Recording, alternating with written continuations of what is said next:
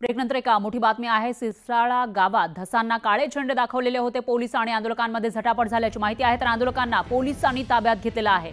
सुरेश धस हे आज एकीकडे त्यांनी देशमुख कुटुंबियांची भेट घेतलेली होती आणि त्याचबरोबर महादेव मुंडे यांच्या कुटुंबियांची सुद्धा भेट घेतलेली होती आणि याच वेळेला सिरसाळा गावात धस यांना काळे झेंडे दाखवण्यात आले आहेत। त्यावेळची दृश्य आपण बघू शकतोय।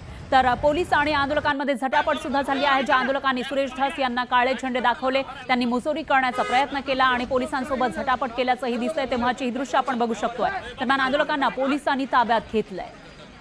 याविषयी अधिक माहितीसाठी सुरेश जाधव हे आपल्यासोबत जोडले गेलेले आहेत, आपले प्रतिनिधी। सुरेश, काय सांगाल, नेमकं काय घडलेलं होतं सिरसाळा गावात?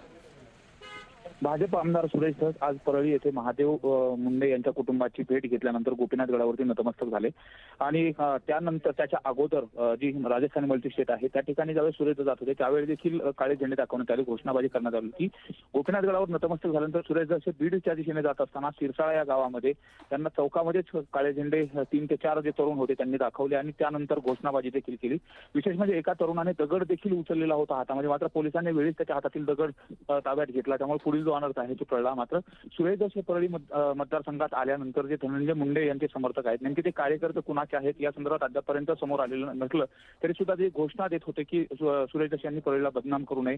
त्याचबरोबर ज्या घोषणा आणि ज्या पद्धतीने काळे झेंडे दाखवत होते त्यावरून हे सुरेश धस धनंजय मुंडे यांचे कार्यकर्ते आहेत अशा पद्धतीने देखील इकडचे जे सिरसाळा येथील नागरिक आहेत त्यांचं म्हणणं आहे। मात्र पोलिसांनी त्यांना देखील ताब्यात घेतलेलं आहे। सुरेश धस सकाळपासून परळी मतदारसंघामध्ये आहेत। महादेव मुंडे यांच्या कुटुंबाची भेट घेतल्यानंतर त्यांनी परळीमध्ये राजस्थानी मल्टीस्टेटच्या घोटाळ्यासंदर्भात देखील जे ठेवीदार आहेत त्यांची देखील भेट घेतली आणि त्यानंतर गोपीनाथ गडावरती नतमस्तक झाले।